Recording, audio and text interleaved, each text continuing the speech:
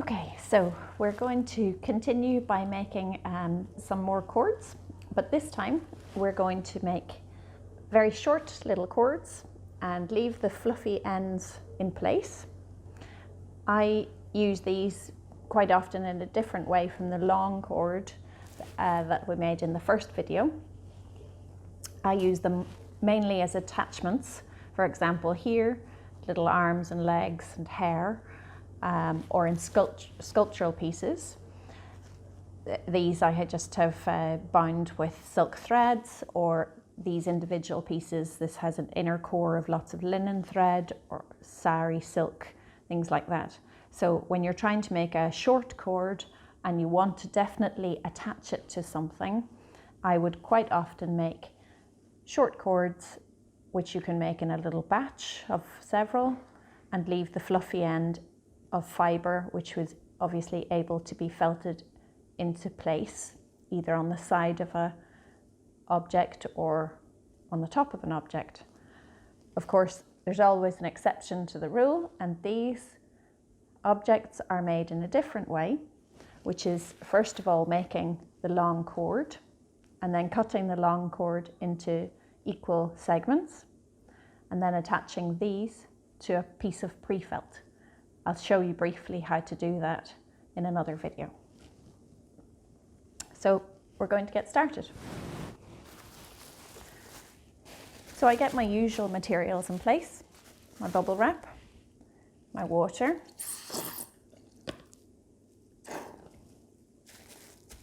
and soap. Dry hands for dry fibre.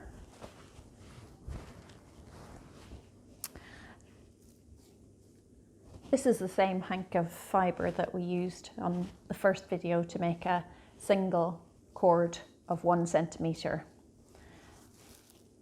in width or diameter. I'm going to take a piece of this cord, or take a piece of this fibre, and I'm going to make 2 or 3 little short spiky cords. There's 4, yeah, fairly equal in size. We'll actually make 3 and we'll use this in the process. So I start in the same way by dry rubbing, and this time I'm going right to the end because it's going to have a spiky nose and a fluffy tail. It's quite a fast process. This is mostly dry, a little bit of dampness from my last project, but no added water.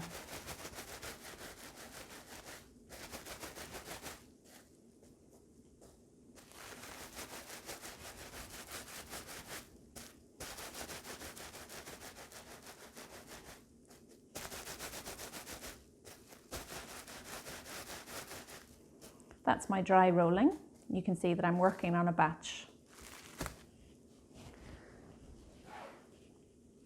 I'm going to take some dry fibre.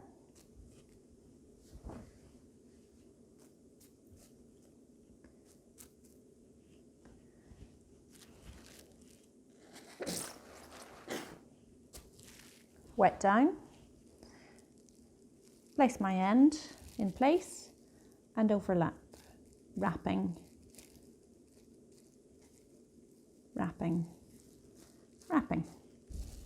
I find it works well if I do several at a time. Of course, if you only need one, you only do one. But here we go, working on a batch.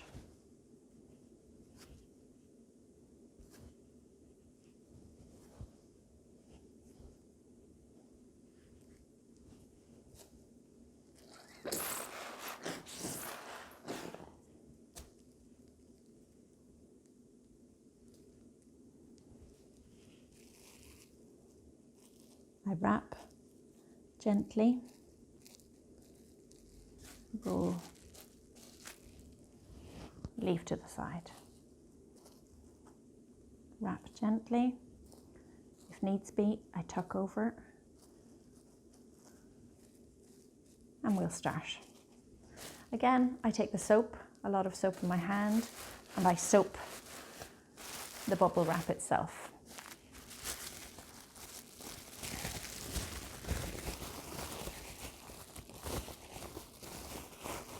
Start with a light roll, barely touching the fibre cord.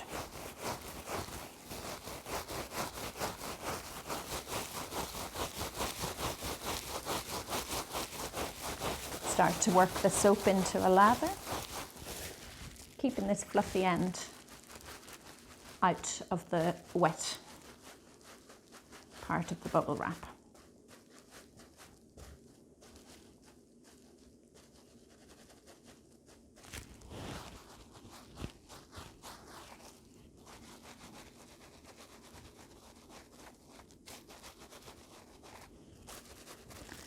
I might at times, if I feel that it's getting too wet, too flat, take a little bit of the moisture off in the towel.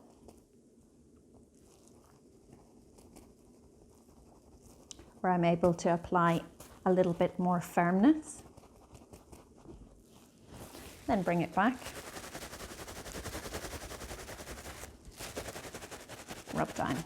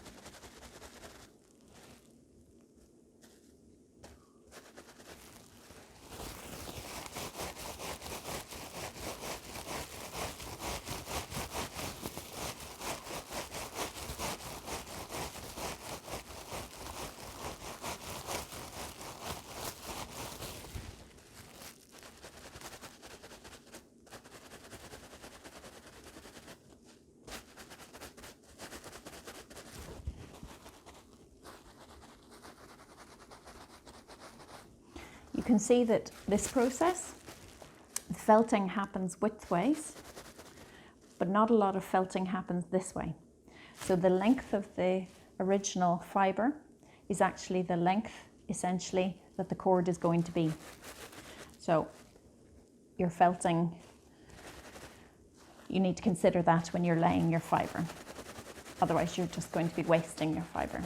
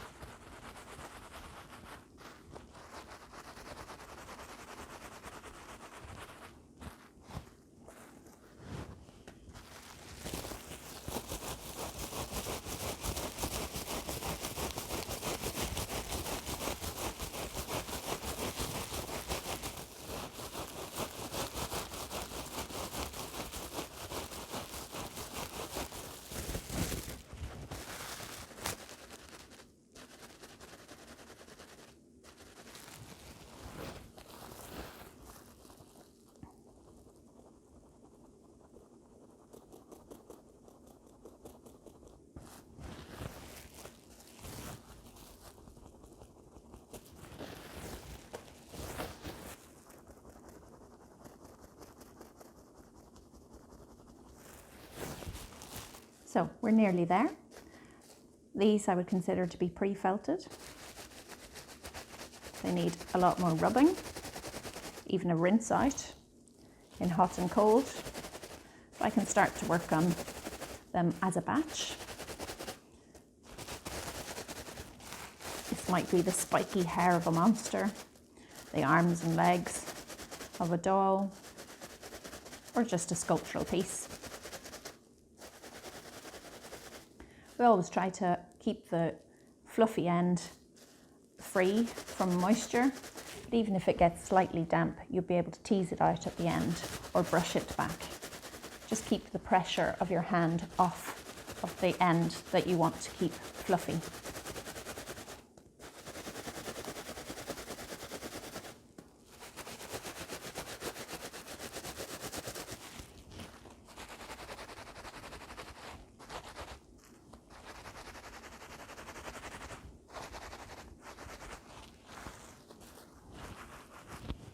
And there we go. That's 3 little attachments.